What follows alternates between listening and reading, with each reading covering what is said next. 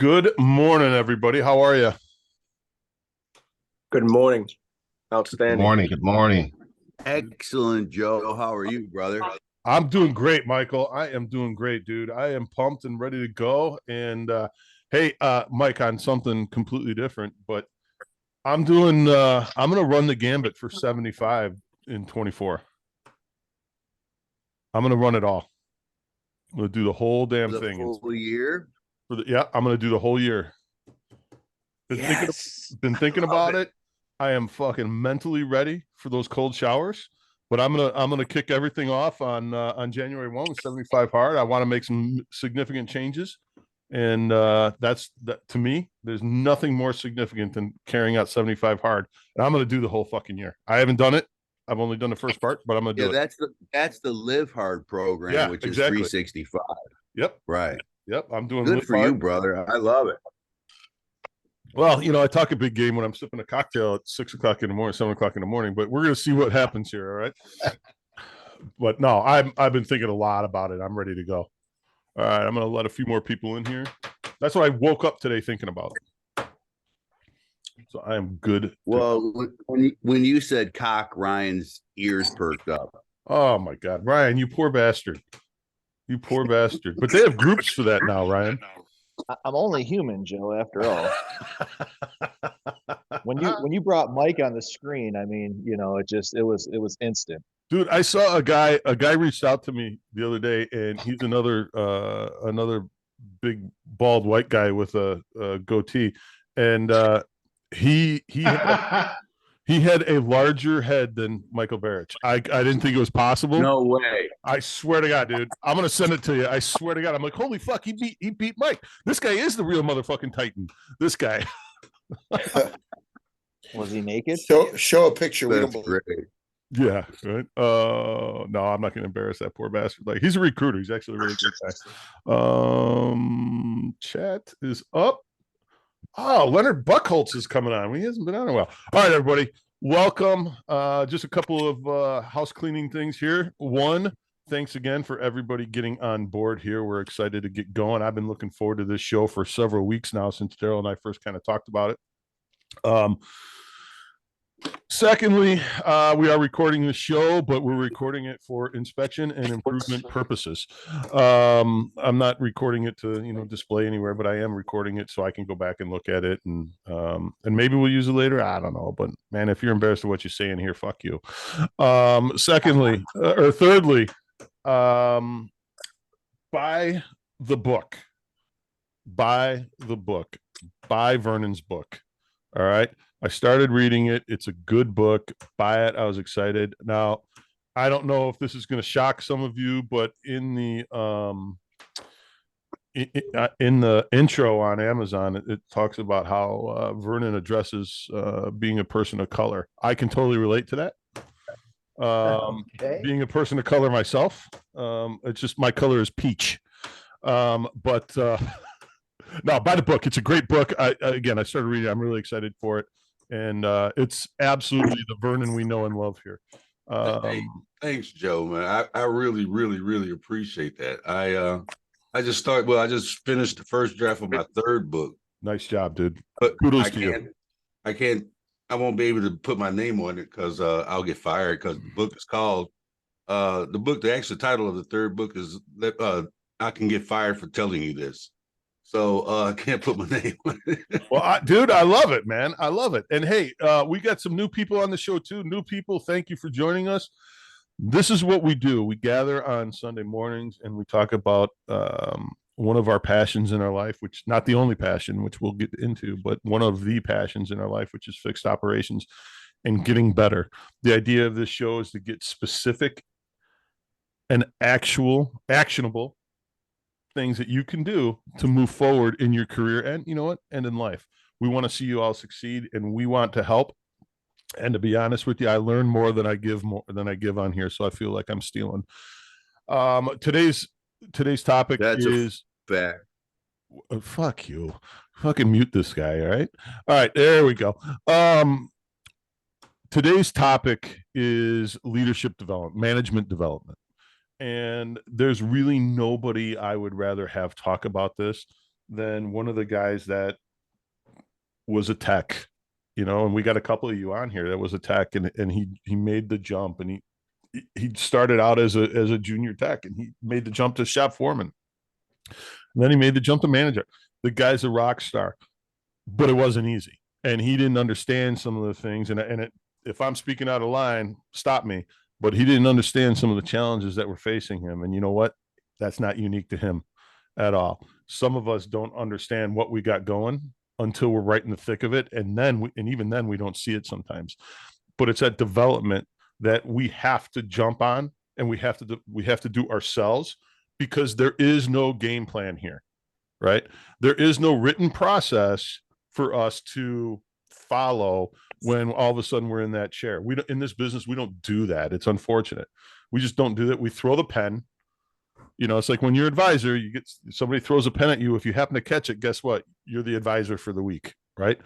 So you have to learn as you go. You learn by fire, and anybody that's successful understands that. If you're not successful, you blame everybody else. So Daryl, I want to turn it over to you. I thank you for co-hosting with me. You're a beast, man. You are a beast. Let's hear it for Daryl. Come on, man. Thank you guys, man. I appreciate you guys having me on, man. I'm honored to be on here with you guys, man. Look, man, let's get straight to it, man. The automotive industry right now, we're in a challenging phase right now. It's people are lacking a sense of security. And typically whenever we're in a challenging phase, people fall into two different categories. First category is the masses, the mass majority of people. They tend to just, ride with the waves. They kind of just tend to, be a product of their environment, reactive rather than proactive. And they kind of get what they get, and that's the results. So us, we got to understand, when we're in a challenging place, people are looking for a sense of direction. People are looking to be led. So it's imperative that us as leaders on this call, that, we step up and do what we love to do. And that's lead people, lead people to be, the best versions of themselves, lead people to have confidence, lead people to, improve their emotional state, to pick those people up that's treading waters, and put them onto your boat, and bring them to safety. And that's what leadership is. That's what leaders do. We pick people up, we empower people, and we push them to be the best versions of themselves. So Daryl, when you're talking about empowering people and those sort of things, I don't think, and there's enough people on here to, maybe I should allow Michael Barrett to talk. Maybe there's enough people on here that'll call me out for bullshit, Ray, Mike. But at the end of the day, you can't empower anybody until you've empowered yourself to make the next step, right? And I don't want to, and again, that sounds philosophical and all this crazy bullshit, but you have to. Like here, for me, and some of you heard me say this, I was a service manager, and I was the world's greatest service manager. Just ask me, I would have told you. I was a rock star. I killed it. And then my dealership shut down. And I was working underneath, at that dealership, I was working underneath a very established guy, great mentor, taught me so much. And that dealership ended up shutting down. They sold. I didn't work. I didn't stay on.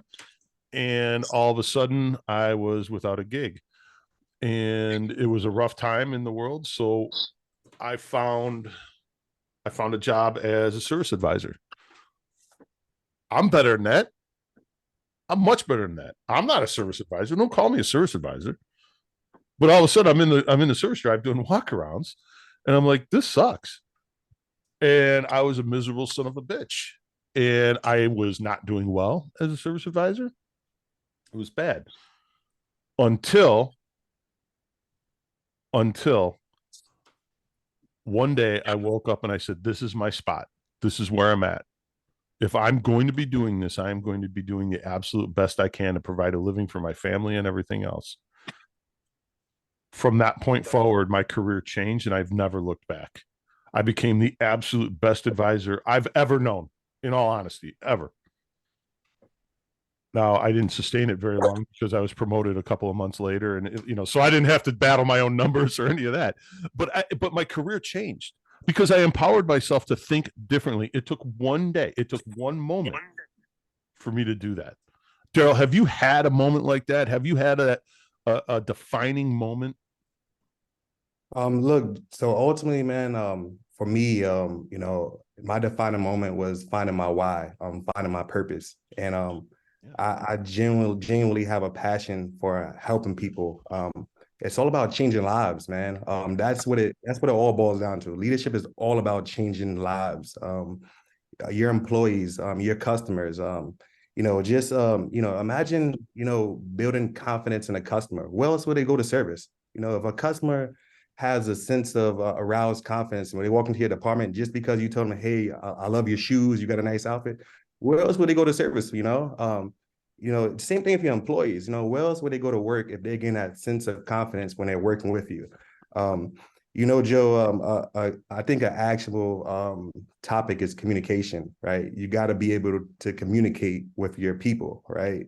What good is it if you can, everything in your mind, the processes, what's right, what's wrong, but you can't relate that to your employees, or you can't relate that to people. So you got to understand different people communication styles, and for instance, man, I kind of look at it like this. We're all here on borrowed time, and at the end of your time, if you can't, how would you feel if you did not truly live to your potential of helping people? So that's why, like, the time is now. Like, it's no other time, man. We got to get out as leaders on this call, and we can't do it tomorrow. We got to start doing it now, and pick people up, man, because this industry, man, is being challenged. A lot of people are not going to tell us what they're going through. Everybody's fighting a fight that we know nothing about. And it's up to us on this call to pick people up and bring them to that light and let them know it is light at the end of the tunnel. So, Daryl, let me ask you this. You're talking about communication, you're talking about lifting people up and everything like that. I don't think you can lift people up solely at work. And because I don't think as a leader, if you're lifting people up and it's only at work and you're ignoring the other areas of your life that are hugely important, what do you do?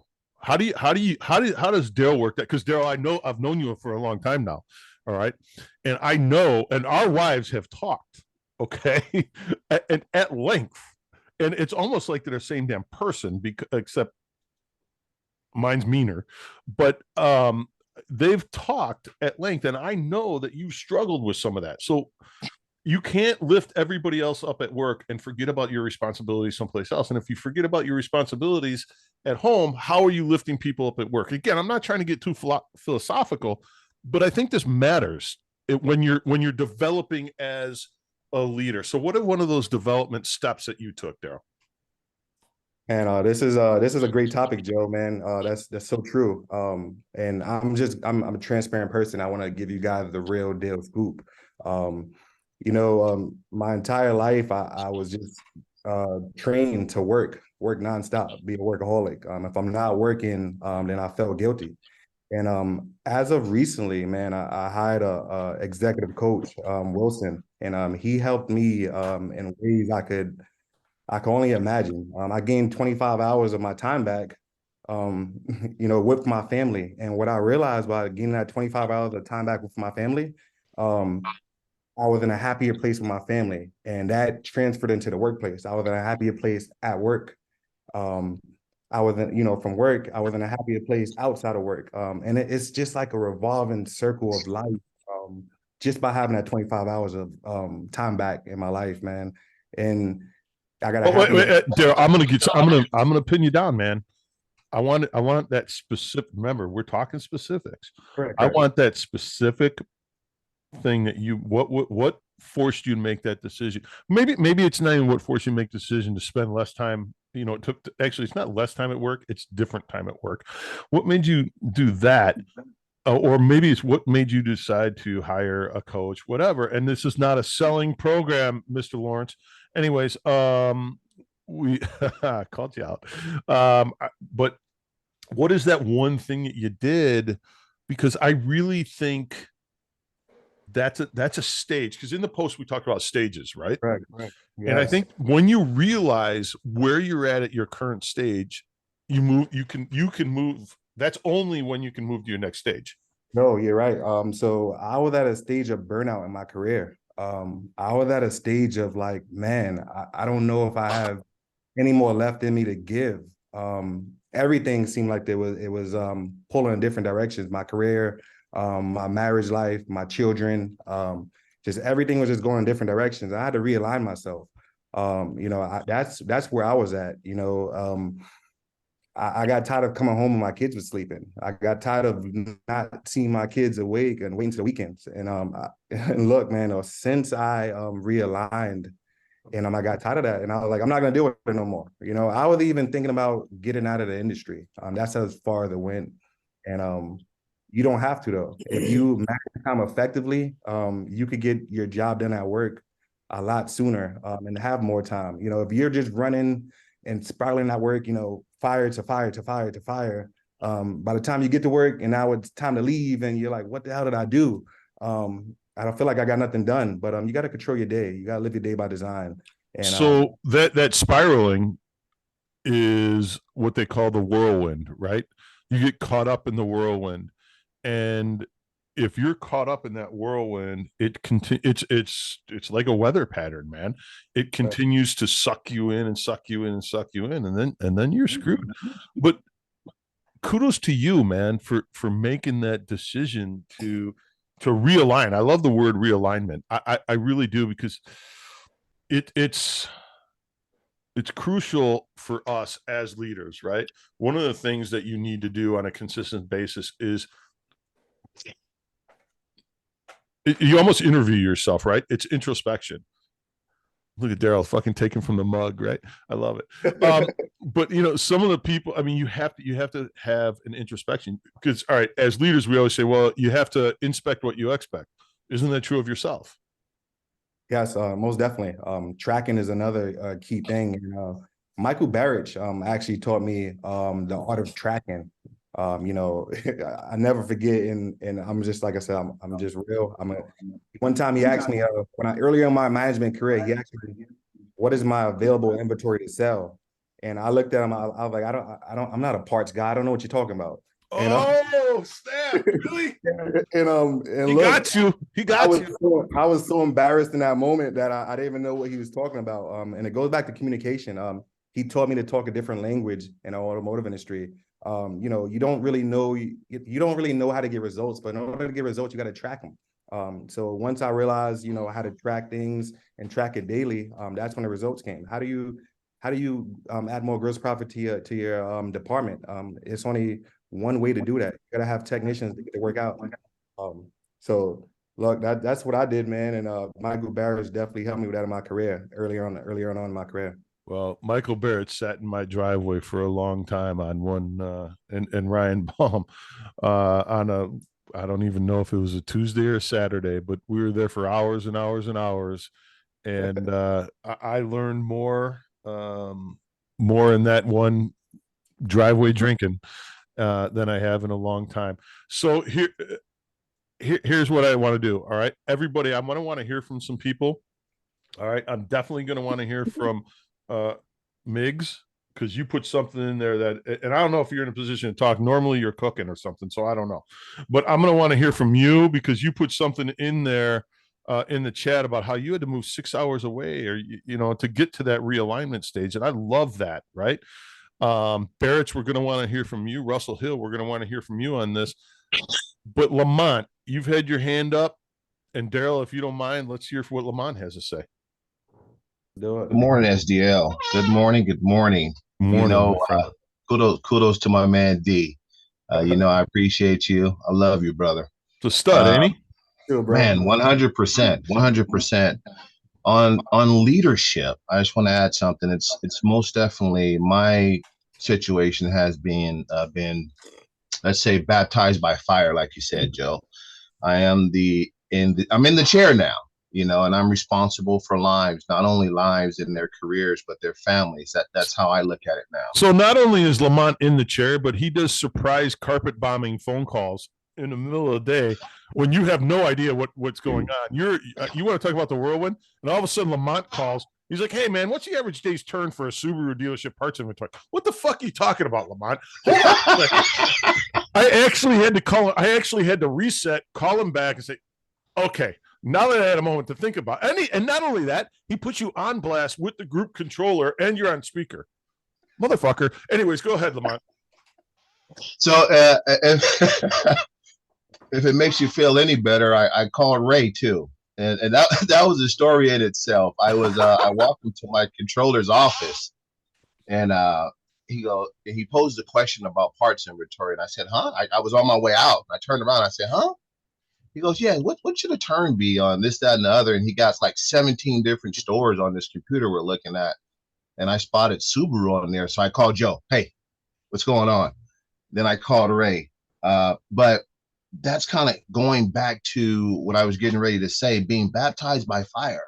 You don't know what you don't know. In order for me to become the leader that I am today, I had to suck it up, be prepared to ask the questions that I don't know, and learn it you sometimes you don't ask certain questions, or you want to sit back and you nod your head like you understand, but you don't understand.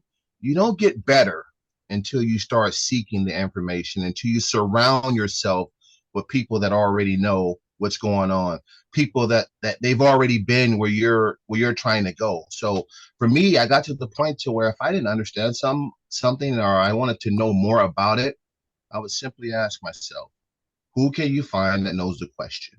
And like you said, Daryl, the climate is different right now in the automotive. Things are shifting. So as leaders, people are looking at us. They're looking for what will the leader do? Where are we going with this? And if you don't know where you're going, you're in trouble. And I believe what David Long says, we create our own climate. I spent this yesterday, speaking of Michael Berridge and tracking things, I redesigned my whole tracking for my team, and it's based off hours only. I took away the effective labor rate and the hours per hour rule. I mean, it's on the report, but it's based on hours. And then I put some rewards in place for the team on selling hours. It's in the hours, guys, but empowering people, you can't do it unless you learn how to do it. Invest in yourself first, and then you can transfer the information to your team. So Lamont, you said something about how you sit there, and it really sparked something with me. How you sit there and you nod your head like you know what they're talking about, even when you don't, right? And that because you don't want to be embarrassed in the position of a leader, right? As a leader, Absolutely. You're automatically supposed to know everything. There's a saying that fake it till you make it. Well, I'm going to challenge you. Don't fake it till you make it. Find out the information you need to find out. Don't fake it. If you fake it, what are you doing? You're screwing yourself and you're screwing your team because you don't know the information until you have an understanding of a situation. You're not entitled to speak on it. Shut your fucking mouth and learn. Daryl, what are your thoughts on leaders that? know when you're faking it too. Yeah, they do. 100%. Absolutely. 100%. I completely agree, man. If you don't know it, I mean, we have so many resources in this room alone. Exactly. And everybody's willing to help, man. So if you don't know it, pick the phone up and ask questions. That's the only way to grow. You don't fake it till you make it, man. Look yourself in the mirror. If you don't know it, learn it. Agreed. There's a couple of people on this call right now, and I'll get off, but I'll blow their phone up. I'll send them text messages if something comes to my mind, and late at night, I'll send a text message. I know they'll get back to me, but I'm past the fake it till I make it. It's about knowing and changing lives. That's where I'm at right now. Yeah, and I tell you what, if there's anything you can get off of this call today, it's aside from Daryl's great advice, it's don't fake it till you make it.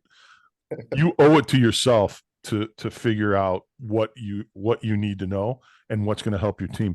Miggs, you had to move a long way in order to realign.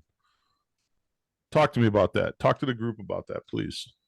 Yeah, no, I mean, just Appreciate actually getting the time to speak here, guys. I apologize. Usually I'm around all the kids and You family, so I'm not always able to have jump the on time mic. to speak, and we will stop and listen to you at any point in time. I'm talking my personal time. Usually I'm doing what Daryl said, trying to take time with the family and whatnot. Good for And you. they respect the fact I'm doing this on Sunday, but they also I try to be available to them. But no, everything Daryl was saying is spot on, and that's kind of where I was at in my life. I was doing the fixed operations aspect of things. I was a fixed op director over the group, multiple brands, body shop, recon, looking at everything. But the actual quality of life part of it, everything at home, everything at work was just, it was an on fire situation. It was constantly putting out fires. So, I found myself in that position where I thought I need to do something to better myself, and I need to get myself fixed first. So that way I can be the best version of me. And then that can transpire down to what I'm teaching my team and how I'm helping coach them and be a leader to them. So, when we made that decision, we packed our family up, moved from Pennsylvania down to Virginia, 6 hours away. There's no family here. We have no support system. We found ourselves in a position where we just had to do a change of life. And it kind of actually merited down through the family itself too, which was good for us because we watched the kids strive and thrive and grow down here as well. So it's been good on the whole family aspect as well. And then that finding that mentorship and growth aspect for myself to take myself and give myself accountability to grow and make myself better first, to be able to be a better husband, better manager, better leader, better coach, kind of came full circle for me at that point in time. And then I found a whole different level of what I was able to accomplish and do, which was just some great stuff. And everybody said it, Lamont said it too. You got to start with yourself first and get yourself fixed and put yourself in a good standing to be able to stand behind the things that you're asking for your of your team and of your family in general. Because if you're not willing to put in that, and we use health in a situation. The health was a big aspect of what I had to change for myself. I can't tell people to live a healthy lifestyle if I'm living a shitty unhealthy lifestyle myself. So it was just making those turns and showing that I was able to back up what I was saying and willing to put in the efforts to get there and do those things. So it was just wanted to share. That's all. So I appreciate that. And your healthy lifestyle often includes pancakes, bacon, and eggs, right? I mean, there's like a lot of it. Unfortunately for everybody else, not for me as much. No, I love it. Thank you. Really appreciate that input. And I didn't know that about you, so I appreciate you sharing that. And Daryl, that was one of the things that you mentioned in one of our conversations about how the if you're not right outside of work, you're not right inside of work. Talk a little bit about that. Yeah. So, not being right, just having a argument or a disagreement with your wife and then walking into the workplace, how did that affect you, right? I know with me in particular, it affects everything else during my day. So just, I spoke on earlier, not seeing my kids when I walk through the door and going straight to work. When I'm at work, I'm thinking, damn, I missed some time with my kids, I'm at work again. So, I mean, I definitely could resonate with Rob on that, man. It definitely affects you tremendously, mentally, emotionally. So once you, like I said, once you get your emotional, in line, then you could help other people out. If you have a customer in front of you, upset customer, you have an employee in front of you, you can give them your all because you're fully present. And if you're not fully present, then then you can't give somebody your all. So you got to make sure your cup is full before you pour into somebody else's cup. And that's absolutely that's perfect. I mean, if you're fully present, right? You can't be fully present if you're not okay at home. And if you're not okay at home because of work, now you can be not okay at home because of something else entirely. But if you're not okay at home because you're working too much or something else is going on, you can't go further because you're not fully present. I love that. Yeah, it's I don't want to call anybody out, but it's a manager on this call that I have a lot of respect for. Whenever I think of this guy, he's always talking about, he has a lot of energy, and his team respects him. I want to hear from TC, man, if you don't mind, if you have some time to talk, man, just raise your hand, man, because I got a lot of admiration for you, brother. TC, put yourself in the queue, man. You're on deck. We're going to hear from you. At first, I thought he was talking about me, but I guess not. Hey, Vernon Davis, go ahead, man. Again, good morning, team. You're absolutely I'm happy to hear everybody talking about this because and I'm gonna tell you why. I'm a guy that I've been in the business a long time, got out of the business. I never could get away from the business. I ended up having 2 heart attacks, 2, before I was 45 years old. And then I learned this one thing. Like Daryl says, one, your home's got to be right. So what did I do? I made my home right. The second thing I did was I stepped out of leadership and stepped down to, I started working at AutoZone as a driver because I needed to reduce my stress. Now, how long did that last? Not long, because somebody took a look at my resume and was like, hey, come here, let me talk to you for a minute. But sometimes we got to step back to step forward. Sometimes we got to reprioritize our lives and we got to get our mental and our physical together before we can do anything outside. Because if this here is messed up, it's gonna come out. It's just like drinking liquor before you go to work. If you may drink vodka, but if you sweating, it's coming out in your skin and everybody's gonna know it. Now, I will say this, like Daryl said about family. My wife saved my life. Now, I take all of that into what I do now. I have to walk in this year I've walked into over 80 different retailing spaces, dealing with 80 different sets of leaderships. Yeah, I guess that's a good way to put it. If I have issues walking in, I'm going to walk in with those. I had to learn to compartmentalize, not just those. What I was able to do is take what I do in my life and take it into the dealership. I had to compartmentalize the things in my life so that therefore they would not affect my professional. But then I learned to do that with my professional career and compartmentalize each one of these retailers that I'm dealing with. And how do we do that? Like Daryl said, we gotta get centered. We gotta find the calm. We gotta find the purpose, and we gotta find a way to make sure that we're happy. Because if you're not happy, none of this shit matter. Real talk. Yeah. Well, compartmentalize. So how many people actually, just by a quick show of hands, how many people actually think they're good at compartmentalizing? I'm not. My shit bleeds all over the place. I'm like, it's nasty. However, at work, I'm good with leaving my home shit at home, but I'm not good with compartmentalizing at work necessarily. And then I'm not good at leaving work at work. It's weird. Everybody, one of and Vernon, thank you for that, because again, I'm taking some pretty significant notes here today, and compartmentalizing is a big one for me. So I need to ask everybody, put in the chat, if you could put in the chat what your position, your name and your position, because we got a lot of new people on the call today. This is fantastic, and I want to be able to kind of associate this stuff together.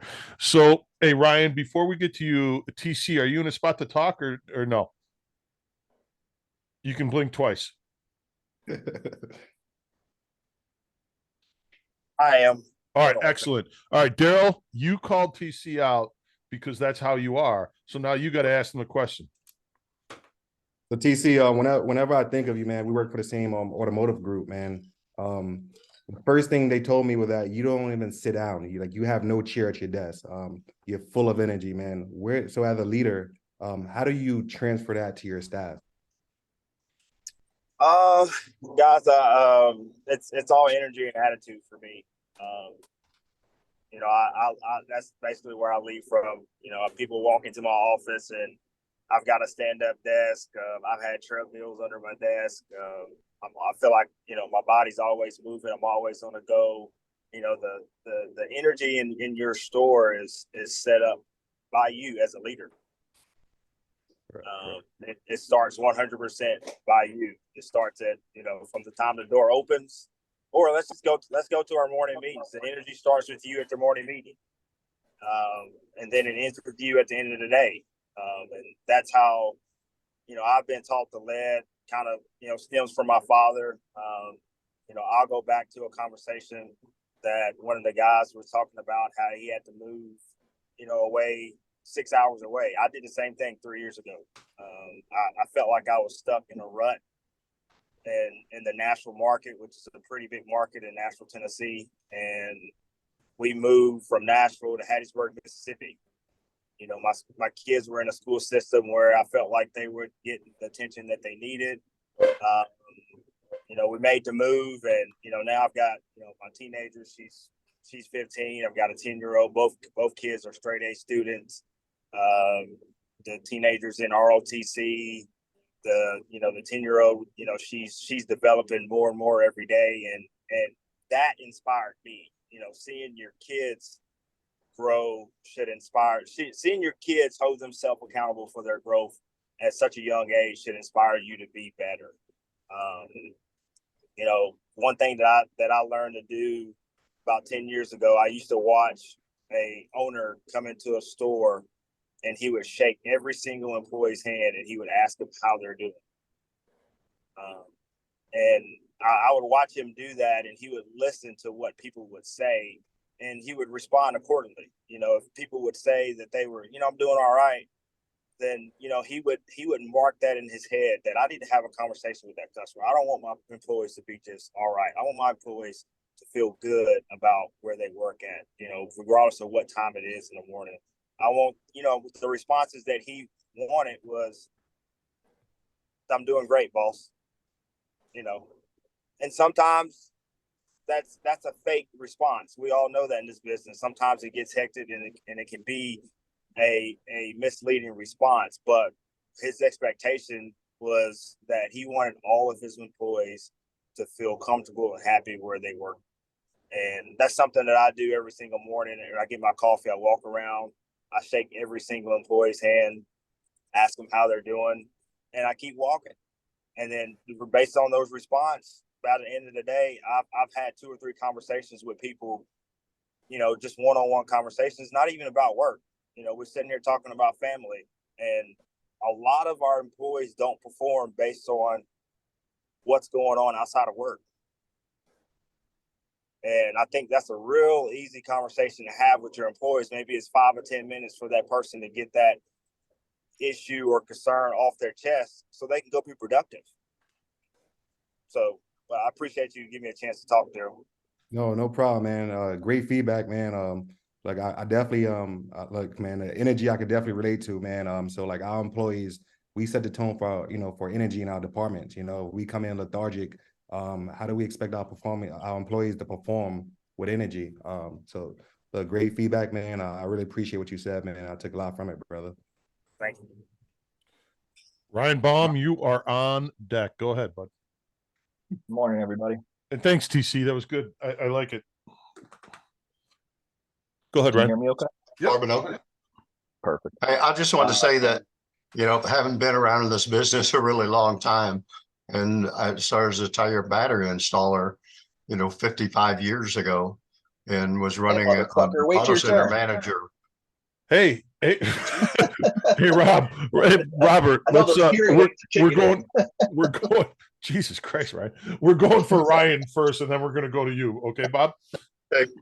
No, I appreciate it. Sorry about that. I'm just busting chops. Ryan, go ahead.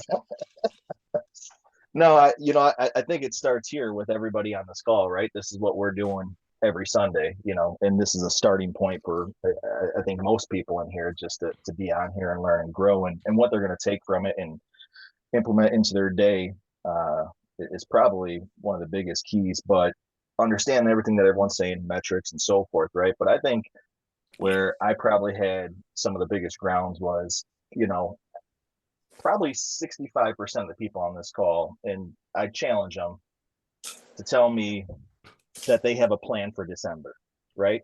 And raise your hand if you have a plan for December on what you're going to do for the month. Okay.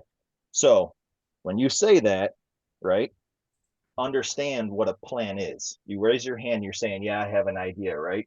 That's the difference. We write down stuff of what it is, but when you go into a plan, it's breaking it down individually. It's the multi-point inspection, right? And then going into that in great detail. It's like, oh, I'm going to work on multi-point inspections, right? And I'm going to work on this, and I'm going to work on that. And I think that's where a lot of it gets lost in the weeds is, we don't spend the time that we need to as management or leaders and actually do that. Because if you had a real plan, anybody has a real plan on this, which I'm not saying most, don't, but I'm saying 50% on here probably have a half of a plan. And if you look at that, you could sell that. So take that out for like a, Mike Barrett and something like that. When he writes a plan for these groups, when you take it into a store and implement it, you could sell that product to people. And I think that's what we're missing, because we're like, oh, I'm going to do this, and I'm going to monitor this, and I'm going to look at this number, and this all makes sense, right? But when you dive into it and actually create a plan and focus on how you're going to do it, and then you write a business, plan behind it, of what it's going to generate. Is it a waste of time? How much money is it going to forecast you? That's the real meat and potatoes of what you're looking for, I think, and that's just my input. No, I mean, have a plan. I mean, you're absolutely right. Have a plan, and not just an idea, right? Because an idea is, yeah, I'm going to spitball this. If it sticks, maybe I'll roll with it. Maybe I won't. A plan is developing something that's actually that you're going to follow through on. A plan requires execution. It requires inspection. It requires, analysis. And if you don't have that, you don't have a plan. So I agree with you. And that's a step in developing as a leader, is to have to, when you realize that you have to do more than just have an idea, that you actually have to plan, you made a key step in leadership development, right? Correct. And that's where I think, I think that's the biggest stuff, ideas that we need to talk about, and I'm not knocking anybody here to say, hey, we all started at the bottom and moved our way up. I get it, or we're all not dealing with some stressful issues at home by any means. But my thing is when you come on to, the show, you're like, hey, what can I do to be that better leader? What steps can we take? What is Mike Barrett doing different? What is Joe Chambers doing different? What are their day-to-day, get up off their ass, or what are they coaching? How are they coaching their team? And I think that's what's going to help these guys in areas that some people may slack in, because, we can look at numbers and it's like, okay, are you a store that has nobody around in 40 miles, or a same manufacturer, and you're doing really well and you think you're doing well, or is it because of X, Y, Z? And that's the stuff we really need to dive into. UIOs and PMA and all that stuff, right? And what are you really capturing in your market, and then how to grade yourself? And I think that's what's going to take these guys to the next level. No, I mean, I wouldn't exclude yourself from that either. And you're right. Those are the specific and actionable items that SDL is transcending to. We need to be specific, and because when you sit and talk about philosophy, it only goes so far. But it has to be specific, and you have to be able to execute it. And to execute that plan, exactly, like, I mean, Vernon Davis just put it in there. When you have to execute that plan, you have to, and you hold yourself accountable to executing that plan. That's another step in development. Hey, Bobby, man, I want to hear from you, my friend. Which one? Oh, you know what? I almost skipped Bob Charbonneau. Bobby Jr., hold on. I got to get, because you know what? I forgot that, Bob just jumped in line and everything. But go ahead, Bob Charbonneau. Hey, I just wanted to say that, all the things that we try and accomplish, being in the business a long time, you learn that, there's so much that you want to do, but until you really get yourself organized so that you got a plan for your day, and nothing's ever perfect. But Stephen Covey's book, the Eisenhower Matrix of how to prioritize, will allow you to get a lot of those things done. Because if you don't do that, it's going to be a reactionary day all day long, and your plan just goes to hell because you forgot about some stuff. So you just got to be organized and plan your day. It's never perfect, but if you got a plan and you know how to prioritize, so you're not spending time on things that, are going to take an hour, that isn't going to move you forward. There's probably somebody could have handled that complaint, and allowed you to run the place like you should be doing. So that's the biggest thing that, in running a lot of stores, I wanted to do so much, but I was running in so many different directions until I stopped and learned how to prioritize and kind of plan my day. So that's the biggest thing in order to get everything that we're talking about here done. Bob, let me ask you something. Do you use that Eisenhower Matrix every day? Yes. Has everybody heard about the Eisenhower Matrix? Do you know what that is? Google it. It's a fantastic tool I don't use it like I should. I always want to, but I don't. And for somebody with a lot of things on their plate, I mean, it was developed by a general, for Christ's sake, a fucking 4-star general in the United States Army, and later president. So it holds some merit. Thanks, Bob. I appreciate you bringing that up. That's definitely actionable. All right, Bobby Jr. I'm sure you don't go by Bobby Jr. all the time, or do you? Not formally. If someone just saying me, usually everybody knows me as Bobby. All right, Bobby. Let's kick it in the ass. What do you got for us today, man? Thanks for joining us. Appreciate it. Thank you for allowing me the opportunity to speak amongst all of these greats that's on here. Yeah, man, I want to touch on a few things. It's management development. The reason, first of all, the reason why I have that Bobby Jr. on there because I'm a junior, obviously, and I used to spell my name, and my dad used to say, "Boy, when you say your name, make sure you put Junior on your name." It's like we got the same name, I get older and I realize that stick with me to this day. Another thing he did tell me, which he's in heaven's gates right now. I know he's looking down on this another guardian angel I have. One of the things he did mention, he said, "Boy, if you do something, you do it right or don't do it at all." And that I carried that, man. I carried that. It didn't matter what position I was in. It did not matter. If I was in a position and I had an objective, of work to do, I try to carry that out full potential as much as I could, and then I usually see the results of that. I'm not looking for immediate gratification off it. I'm comfortable with knowing that Bobby's doing his job. He's doing his job. You know what I mean? We have a lot of meetings over at our shop, man. And the last meeting, we had, when they got around to me and they wanted to see what I had to say to the group, I told them, I said, I wanted to add value this week. Some kind of way. Let me add value to the team. Some kind of way.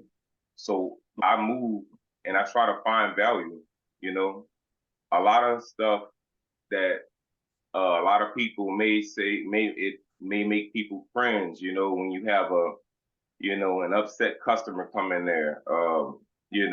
Obviously there's all kind of emotions are tied to it because you're dealing with a vehicle. I try to make them understand that I understand the importance of what their vehicle means to them. You know what I mean? So instead of like shying away from any disgruntled customer or, you just shine away from it totally, I turn it into something positive for me, because if I have a customer that comes in upset, I would like them to leave at least some bit of happy. You know what I mean? At that point, I'm not sure what I can do for them at that moment, what they call, but at least I can have them rest assured that, hey, my car is in good hands. You know what I mean? So that's how I approach it. And Bobby, that's, first of all, I'm a junior as well. I'm very proud to be one. And add value to the team. If There's you're going to no be junior to you, Joe. fuck off. Add value to the team. That's kudos to you for figuring that one out, because Bobby, man. it took me a long time to figure that one out. We have to add value to the team, and when a guy like Ryan, he still hasn't figured it out. But Ray Hernandez, you got your hand up. Let's go. Thanks, Bobby. Real quick, Joe. Real quick, Bobby. Bobby actually started as a porter for me. And he Get worked out of here. Yeah, and he worked his way up by adding value to the team, and now he's my express manager today. Oh, no, you know what? See, I had no idea that there was the relationship there. I knew he was an express manager, but I didn't A lot understand. of stuff you're missing, Joe. A lot of stuff you're missing. Well, that's because I have to fucking manage a show, Ryan. But yeah, good clearly. good job, Bobby. I appreciate it. Having started in the business as a porter myself, I appreciate anybody that's driving forward and moving it. And thank you for spending your Sunday morning with us. It's a testament to Daryl's leadership. So we appreciate that. Brian Moore is disillusioned, and Ray Hernandez, you have the floor. Hey, good morning, everybody. Good morning. Morning. So so part of leadership for a lot of us is making those life-changing decisions for other people's lives. And I put something out in the chat, and thank you for everybody that responded, because I think you solidified what I already know. But how do you guys handle? So this is a question more than my thought process is, how are you handling those people in your team or on your teams when your heart's telling you, actually, let me back up. My business mind is telling me they got to go. How do you handle that exactly? That's my struggle. So wait, what's the question? So you gotta, how do you Make them go. Yeah, I mean, if they gotta go, then, and that's why I was wondering, if they gotta go, shoot them in the head. Yeah, I know this one. It's not different. However, it is different in it was guy's got 5 kids, and while I'm going over stuff with Any of them yours? that these no. Okay. No. But at the end of the day, while I was there going over stuff with him, and he's asking me questions that just really, I feel like they were just filler questions, because she should know some of the most basic stuff he was asking me. But then his wife showed up for like service on her car or something. So I met the wife. I found out about the 5 kids, and it's making me pause, even though I really know what the right thing is for the business. But here, have you given this gentleman the opportunity to perform better? I did. Have you developed a plan for this gentleman? I did. I enrolled him in a 3.5-week training class, and he called out for the last week, which was the most important week. Man, Ray, I love you, brother, but you're harder than this. This is not you. You're having a crisis of conscience.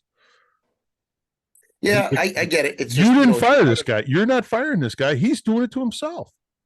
And you know what? Listen, for the most part, I'm okay with my decisions relative to that, because the folks that know me, that have worked with me, that doesn't come easy for me. I'm a helper. I want to serve and fix. My heart is there.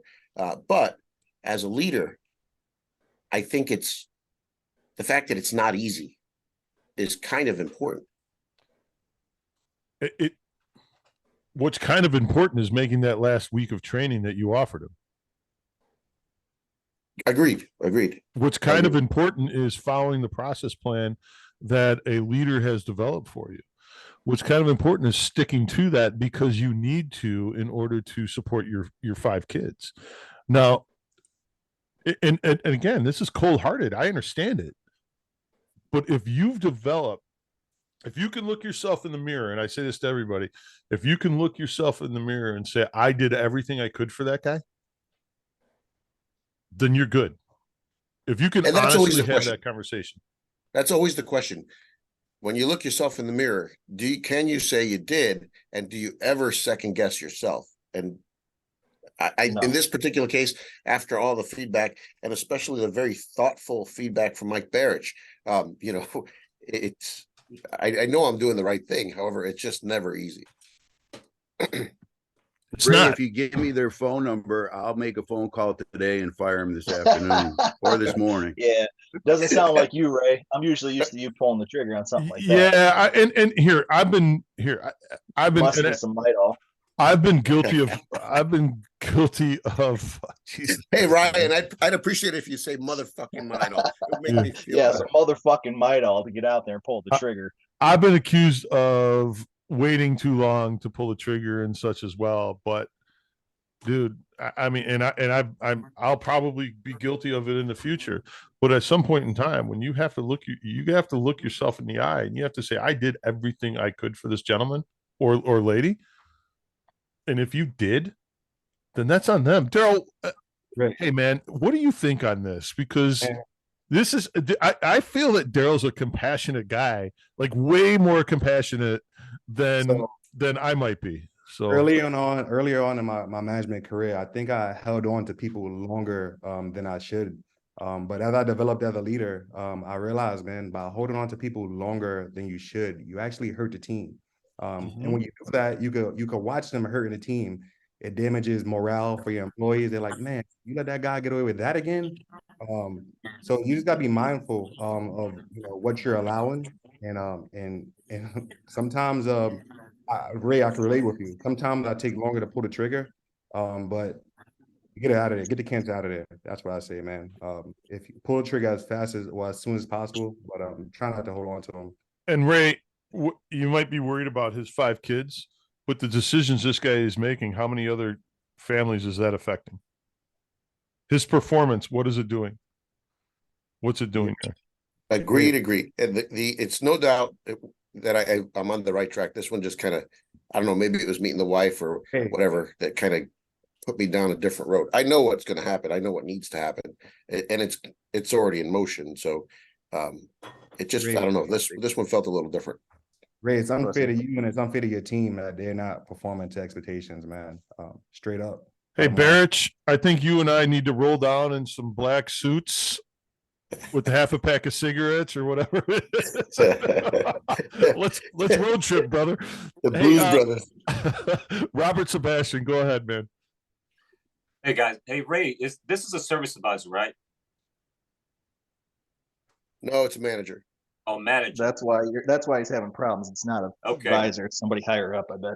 Yeah. Oh no. Well, I mean, regardless, I don't fire service advisors. That's unless they. That's below his pay grade. He was going to say that. That's below his pay grade. He was absolutely saying unless they're doing something egregious, I don't get involved. I let the manager handle his business. So, yeah. So, I mean, the thing about it is sometimes and that's why you're doubting yourself, because sometimes when we think that we've done everything, maybe we didn't do everything. But I would micromanage this guy for at least 1 week. And every day I would have to have him send me a report of the actions that I wanted him to take, of the changes I wanted him to make, what I needed him to implement. If he's not implementing, then I sit down with him and say, look, man, you are firing yourself from the industry. I love you. And that's why I'm talking about this to you. And you're firing yourself from the industry because wherever you go, there you are. You're going to take these habits with you and they're going to fire you from the next job and the next job and the next job. So you might as well start right now and today, but you got to micromanage him and maybe handhold him for a little bit, maybe 1 week, every day, walk through retrain him from scratch, basically. But if you've done that, then without any hard feelings, without thinking, because the guy doesn't care about his kids. If his kids came first, then his job would come first. Yeah. He doesn't care about his kids. I love it. Well, if he cared about his kids, he would care about his job. He would follow the leadership of Ray, of his superior. You got to be a complete idiot to ignore the guidance of your leader. I love the frankness. I also love the Yogi Berra quote. Wherever you go, there you are. But hold on, one more thing. So there's an old scripture saying that says to obey is better than sacrifice. Sometimes as an employee, whether you're a manager or a staff member, you've got to obey leadership and blindly follow the instructions of your fixed ops director or platform manager like Ray is. If Ray says, this is how I want you to do everything this week, well, damn, do it that way, because at the end of the week, if you don't, your ass is going to be fired. And if you don't, sorry, complete idiot, you're out of here. All right. Every once in a while, Robert Sebastian rolls on a rant that I just can't stop hearing in my head, and that was one of them. Thank you. There's the fucking cat again, Brian Moore. This is the Matrix, dude. But again, I appreciate that. I don't know, man. The fucking cat threw me off. Vernon Davis, go ahead, man. I just want to, Ray, I sympathize with you, bro. I've had to promote a few people to customer in my day, and it wasn't fun. But let me ask you guys, everybody on this call, how many of us have been fired? Raise your hand. How many of us have been fired? Now, the truth of it is, by Mike Barrich. Did you know that? Yeah, hold on a second. Everybody in the room, raise your hand. You fucking deserved it, Mike Barrich. So, but my question is, yeah. Did you know it was coming? Did you have a feeling that it was coming? Did you know that you was not doing something that you were supposed to be doing? No. Nobody warned you. Nobody told you. Yeah, nobody gave you any no indication, right? Well, I take that back. I got let go from a contract job because it was at the end of but I've been fired. And usually, unfortunately, and I got fired from a job that I knew I was going to get fired from. Didn't give a shit. But my point to y'all is, my point is, Ray, if this guy is not performing, he knows he's not performing. And if he knows you're calling him a little bit more than what you normally would be, he knows the cat's on the roof and it's about to die. So don't give me, don't, I mean, so I'm saying this to you with witnesses. Don't feel bad about doing what you got to do. I'm just going to ask you, because I'm a compassionate guy to a degree. I mean, I'm the kind of guy, I'll shoot you and then take you to the hospital. That's just me. You know, you break in my house, I'm going to shoot you in the ass and I'm going to take you to the hospital. Make sure you're all right. Just wait till after the holiday. That's all I ask. A little compassion. So not for him, for the kids.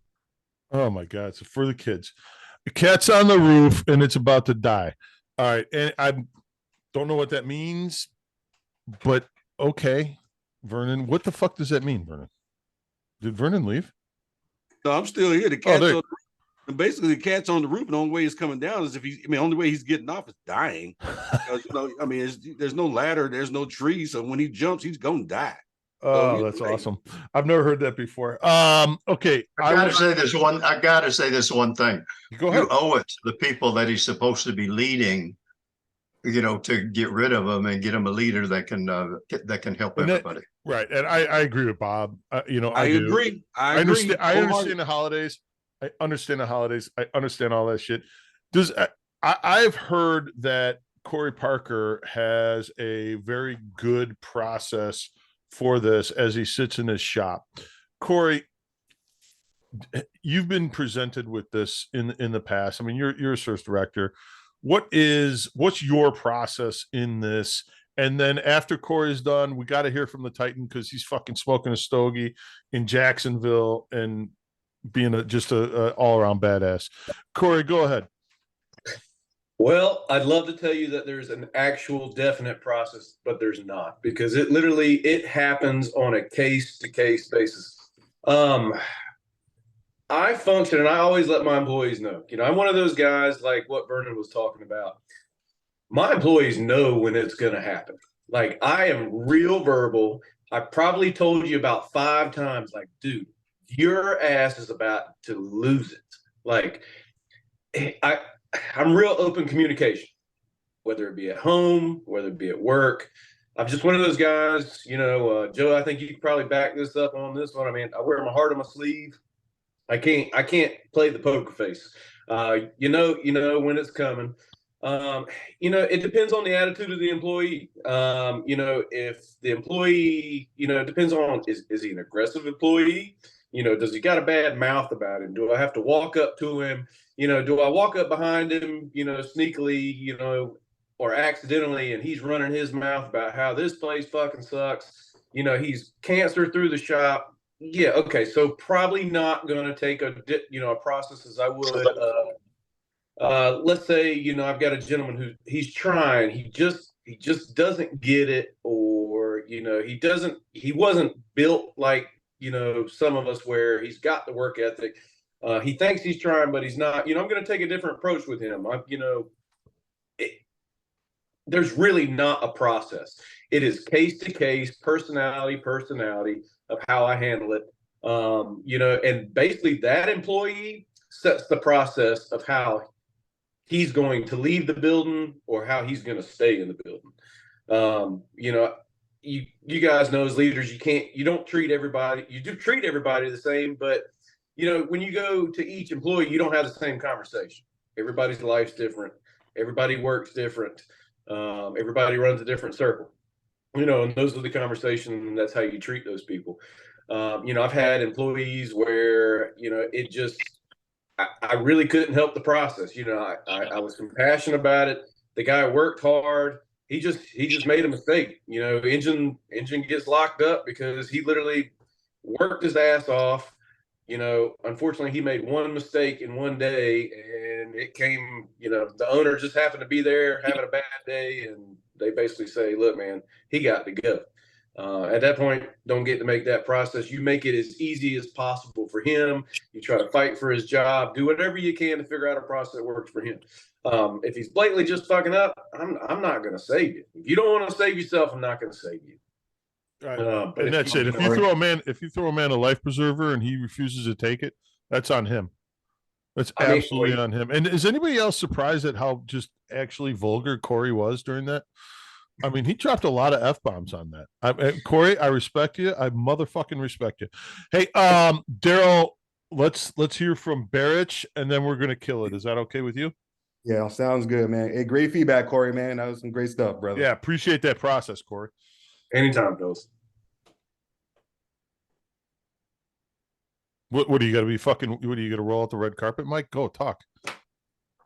Roll out the fucking carpet, bro. Gee, well, it's rolling. Listen, when I hear the challenge that Ray is dealing with right now, I think what the first thing that comes to mind is you have to be able to look in the mirror and have that introspective to say, are you doing the right thing? And it's not in the moment, it's not the person, it's about the team. So as in leadership role, I would equate it maybe to like music or a rock star, right? We all have a favorite band, a favorite genre, a favorite group, whatever that may be. And we love to go see them in person on stage, right? But guys, the people in dealerships today, you're on stage every day. So the people around you are watching what you're doing. And if you're sending the wrong message to them and then still trying to coach them by keeping a shitty leader, Ray, it's detrimental to your team. And like I said, give me the phone number, I'll fire them when we hang up the phone. It's I appreciate it. I got it, but I appreciate it though. No, yeah, we know you do. So let me just tell you a story that happened to me this week. I went into a dealership on the last 2 days of the month. I was really proud of the dealer for inviting me out, but it was obvious to the two service managers I wasn't welcome. So it's not personal, it's business, right? So then they went on to tell me about they've had two other trainers in there, two groups of separate trainers in there recently. And I'm like, guys, you're missing the message. It has nothing to do with me being here now. It's that your leadership teams think that you can do better. So I would open up the ears and shut your fucking mouth and listen to what the opportunity is to change your business plan. And it was just great because I delivered the message to a dealer who's been there for 52 years. He just turned the store down to one of his sons. And the presentation I gave him, he said, that's the best presentation I've ever heard in 52 years. And some of it was financial. And so what he said was, Mike, what you just showed us was the meat and potatoes of this business. The financial end, because we've been doing it this way for so long, is like the mac and cheese. So we want to focus on the meat and potatoes, and we want you to help our team go down that path. And it was just, it was probably the nicest compliment I could have ever been paid. But that's what leadership is, right? It's professional. It's not personal. It's business. And when you're tasked with making those decisions, Ray, you just have to lean into your heart and look in the mirror and say, I'm doing the right thing, man. And I'm doing the right thing for me. I'm doing the right thing for the rest of my team. And I think the ownership, I think the leadership, the general manager, everybody in the company deserves that same support. And again, I understand that, your feelings can get in the way, but it's just facts, right? The guy's not getting the job done. So I'm guilty of this. And I think that, understanding your strengths and weaknesses, this is probably my biggest weakness throughout my entire career. When I was in the dealership, was I thought I was God or somewhere close to it, and I could fix anybody. In some cases it worked, in some cases it didn't, but the ones where it didn't, the delay didn't help me in my career. It caused more pain for me, and the teams. And so, at the end of the day, winning is important. And if you're not winning every day in a dealership, shame on you as a leader. Agreed on that 100%. A quick show of hands. How many people in the room here actually work for Daryl? All right. I love it, man. Great. Daryl, that's a testament to your leadership. That's a testament to your management. Guys, you got a great guy there. He's the heart and soul. He is the competitive nature of Service Drive Live. Thank you, everybody. We appreciate all of you. Daryl, man, brother, thank you so much for everything you've done and everything you did today. Okay, my man? Thank you guys for having me on, man. Leading is a privilege, man. So let's take full advantage of our privilege to lead and lead people to win. All right. Love you. Thanks everybody. Talk to y'all later.